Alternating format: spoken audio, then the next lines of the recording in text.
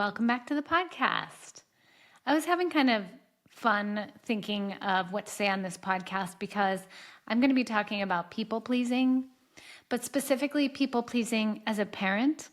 And I love that I have to say people pleasing as a parent, like the triple P. Maybe I should just name this podcast the triple P. So I was having kind of a fun time thinking about this, how many times I would be saying people pleasing. So if you are looking for a fun game to play, that would be to do something every time I say people pleasing and go. Let's just start off by saying here, I myself am a recovering people pleaser. I did not realize that that's what was going on. I thought I was just being nice. But then I realized I'm saying yes to too many things, and it really did take a toll on my energy, my ability to effectively parent. I didn't really realize it either until I was a parent. And so I'm speaking to you about this topic as a recovering people pleaser. And another reason why I wanted to talk about this is because I recently watched the movie The Woman of the Hour on Netflix. And so if you haven't watched it, if you like to watch these types of films, I highly recommend going to watch it. I'm not going to give anything away here, but there were periods of time in the show where I found myself getting upset because one of the main characters, Anna Kendrick's character, it was set in the 70s, and she was having to do things or be certain ways because she didn't want to ruffle feathers. And that was just the norm back then. I was born in the 70s, so I remember this. And the person who was hosting the show she was on was talking about how she looked so pretty, and isn't she so pretty? And like, look at her, we need to show off her trim figure. And yes, that's not necessarily people pleasing, but in my mind, it kind of is, because if you are changing the way you look so that other people will like you better, that's people pleasing. If you're changing the way you act or how you think, that's people pleasing.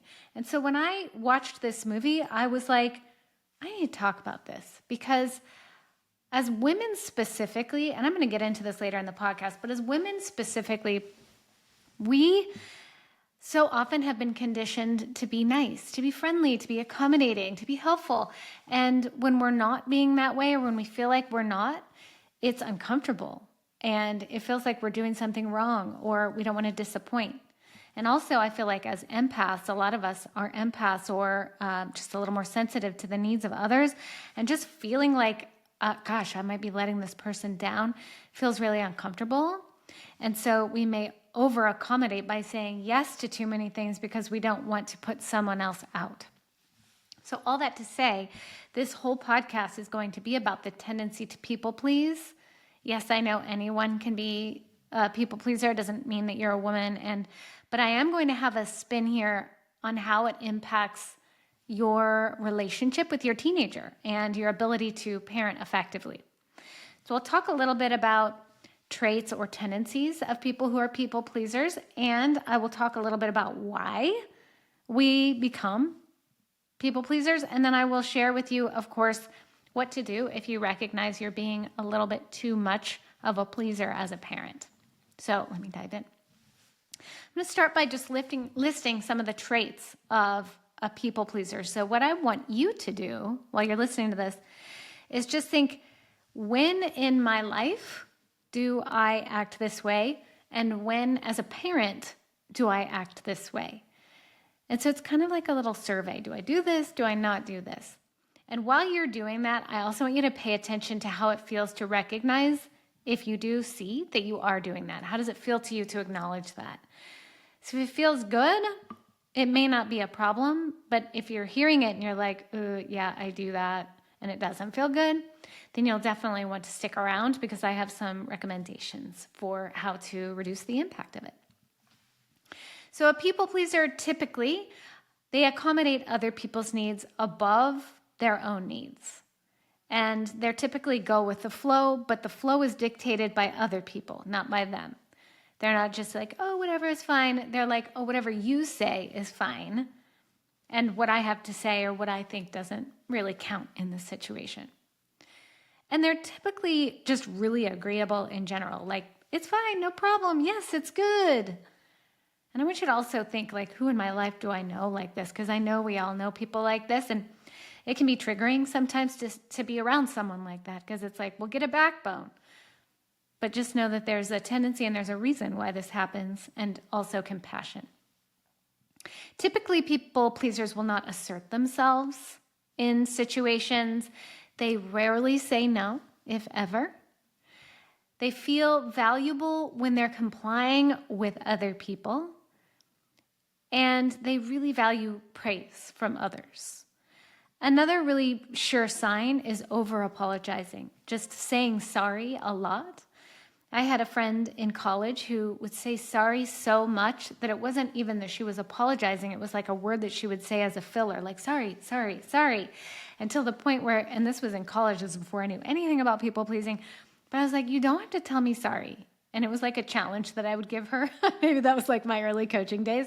A challenge I would give her. Let's see if we can go like a whole hour without you saying sorry. And sometimes she could do it. Most of the time she couldn't. Anyway, back to the topic. Typically, people who are people pleasers, they have a low self-worth.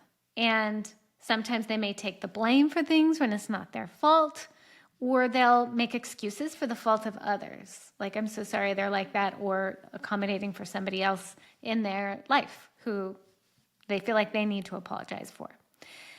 And oftentimes, people pleasers have little self-awareness. Like, they don't recognize that they're doing that.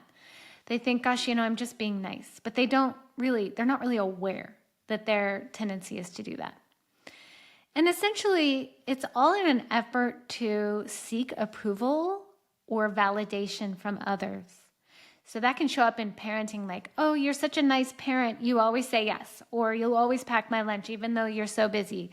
Or you always clean up my stuff. Or, most kids are not going to acknowledge this, but it would be like you get feedback and that someone else is praising you or giving you some self-worth for doing something above and beyond, or for like bending over backward for them.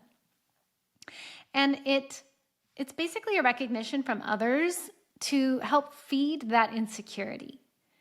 So the idea is like, if I don't please others, I'm going to worry about those other people not wanting to be my friend, or not my kids being mad at me, or my kids like disconnecting, or my partner, not spending time with me or thinking I'm valuable, right? So it's in an effort to be valued by others.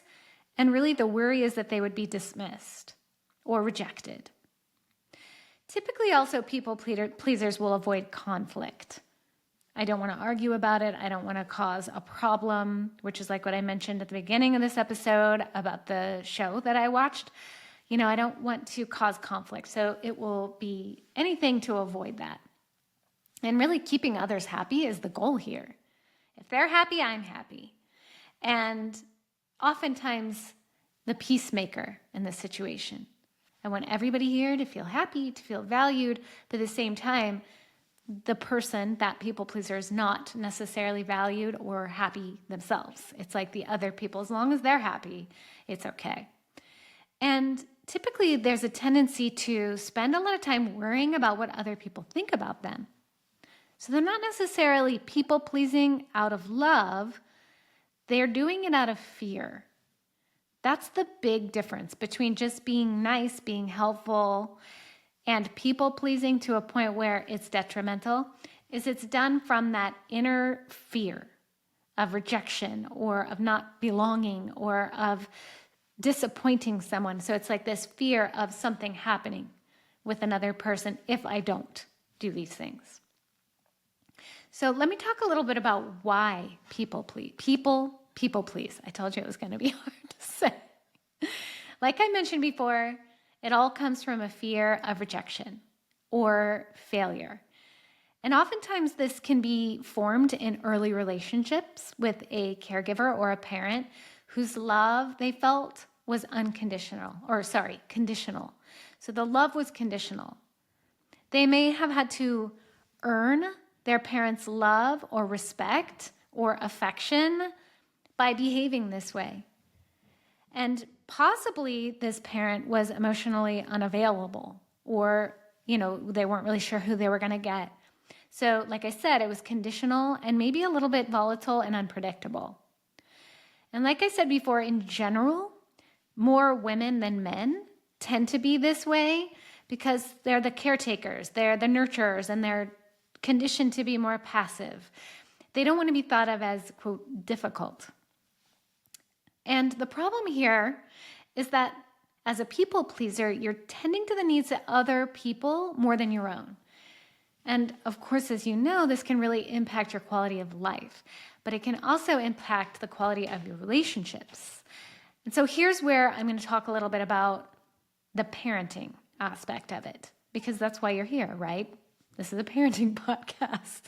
So if you tend to be a people pleaser and that's spreading into your relationship and your interactions with your teens, it can impact, or one of the big things is that you might feel resentment toward them.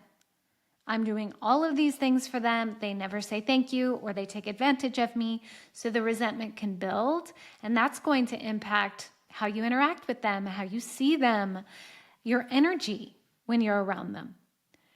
And also, those who have had parents who bend over backwards and do everything for them tend to be less resilient because they're just used to getting things their way, the way they like it.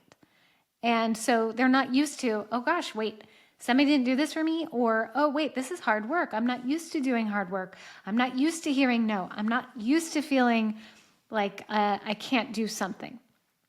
So in general, they're going to be a little less resilient. And I know you're here because you want your teenager to be confident and resilient. And if anything, hear me on this, by being a people pleaser, you're creating somebody who is not going to be as confident and not as resilient. So you can love them, but that doesn't mean you need to do everything for them. And I know you don't really want to. So how do you stop being a people pleaser? I'm going to list a few things that could be helpful here. And really, like I mentioned, this is tough because a lot of the times people please, I told you, it's like a tongue twister. People pleasers don't have the awareness that they're even doing it. But if you've been listening to this, you may know it, you may recognize it, you may be aware from that list I shared with you, you may recognize, I do have some tendencies there. If you are aware, here are some things that you can do. Number one is to get to know yourself.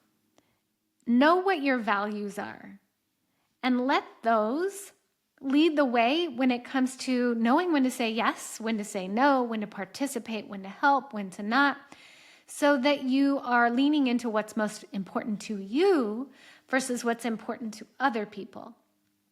Get to know yourself, whether it's through journaling or some type of thought work, talking with someone about this people-pleasing tendency, and have compassion for yourself.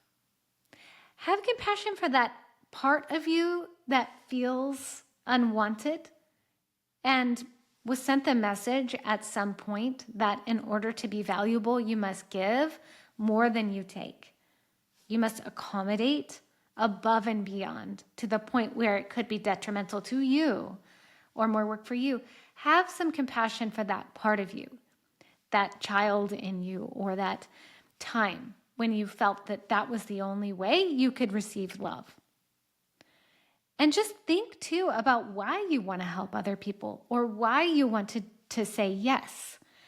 And when will you say yes? So there's some reflection that can happen here, and it's going to be gradual. It's not going to be something that just all of a sudden, oh, look at me, I stopped people pleasing. I know it was something for me that took a lot of time. I would say at least 10 years. It was a transition to where I recognized at one point I was working with a coach, and I recognized that my nurturing, my value to be a nurturer and a caretaker was taking over to the point where I was burnt out. And I couldn't give anymore because I was so anxious and so tired and resentful at the same time.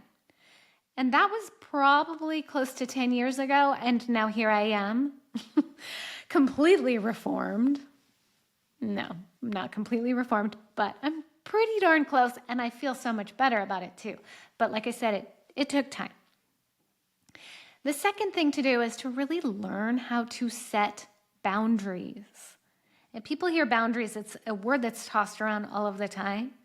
But to effectively set boundaries, you need to be clear in your mind what you are and are not okay with.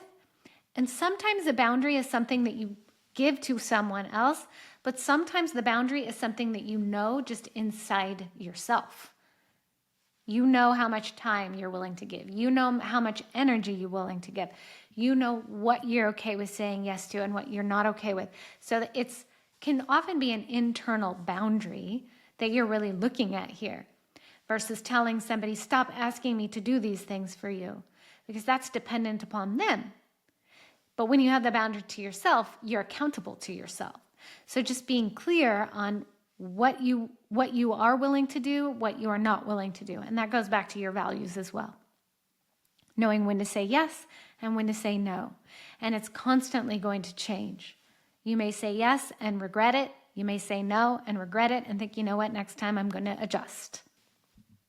The third thing is to just stop over apologizing. I like to say, I save my apologies for things when I am genuinely sorry. Like I have done something and I've done something wrong and I want to tell the person I'm sorry for it. But using sorry when you bump into somebody at Starbucks or when you said something over someone else, just practicing not saying sorry all of the time. Or say when you're late, thank you for your patience. Thank you for understanding, right? Oop, it looks like it's your turn. You're not saying I'm sorry unless you really mean it. So check your over apologizing. And number 4 is to try to get to the root of why you people please. That's where it's all created. So if you're able to dig in, find that source or even just the idea, the fear that it's growing from, addressing that, challenging it, and then turning it around, that can do wonders for how it feels to say no and how easily it will be for you to set boundaries. And then the 5th thing is just to, like I mentioned before, have compassion for yourself through this process. Just know that it's going to take time. And know that really, truly, what you're wanting, especially people pleasing in your relationship with your teen, is to have firm boundaries with love and compassion to where it feels good to be able to have a strong stance on something. So yes, saying no, it's going to be uncomfortable. As a parent myself, I have a hard time saying no. You know, my kids are good kids, but when it's something that I truly believe that I do not want or I won't allow, I say no. And even if I believe in it strongly, it's hard for me. But I sit in that discomfort because I know that it's important to me to say no. And that discomfort will pass, and it will for you too. So here, to end this off, I'm going to give you 6 questions to ask yourself when you are wanting to make a decision as to whether you want to say yes or no to something, whether it be your teen, some going out with people, somebody asking you for help with something. Here's just like a filter you can run that through to help you come to a decision about whether you'll say yes or no. Question 1 is, what does it give me? And this is the positives. What are the positives that I will get from this? Okay, and that can be hard, especially if you're a people pleaser, to think, what does it give me? That feels selfish. No, that's filter number 1. What do I have to gain here? Because the more you have to gain, the more you have to give.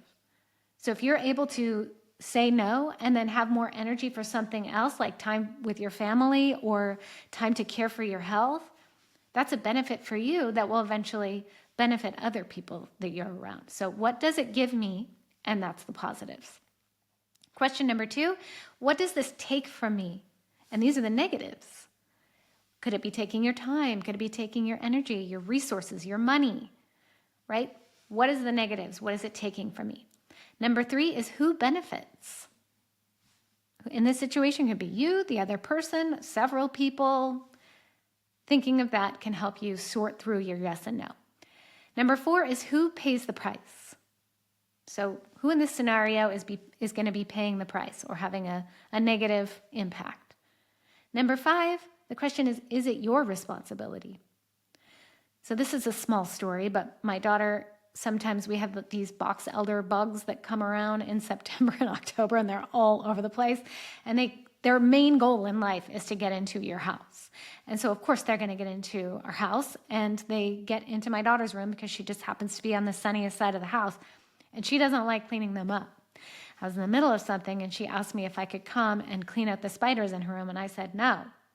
And it was uncomfortable as heck for me to say no, because I didn't have like a real firm reason. Like, I just had something else I needed to do, and I said no, and it was uncomfortable. And lo and behold, she went and took care of it herself. It worked out. Was it my responsibility? No, it wasn't my responsibility. I didn't want to do it. And so I said no. So that's question number 5. Is it your responsibility? And number 6, is it important? In the situation that you're looking at, is this something that's important? And this is where your values can come in too. So there you have it, the 6 questions to ask yourself. And always know that you as a parent are the nurturer and the caretaker, and you're here because you want to have a better relationship with your teenager. But most of the time, in order for that to happen, it takes a little work and reflection and you getting to know yourself. And that's what this podcast is all about. Stop your people pleasing and start giving and loving yourself and your family with even more vigor. So if you find that you're struggling with people pleasing, or you want to have a better relationship with your teenager, schedule a consultation with me. It's a free conversation. We'll just be talking about what's going on with you, what's going on with your teenager, what you're struggling with, what you'd like support with, and I will share with you exactly how I would work with you step by step to help overcome these things so you can have more peace and harmony in your home and in your life. The link to schedule is in the notes below, and I look forward to hearing from you. Thanks for tuning in, and I'll see you next time.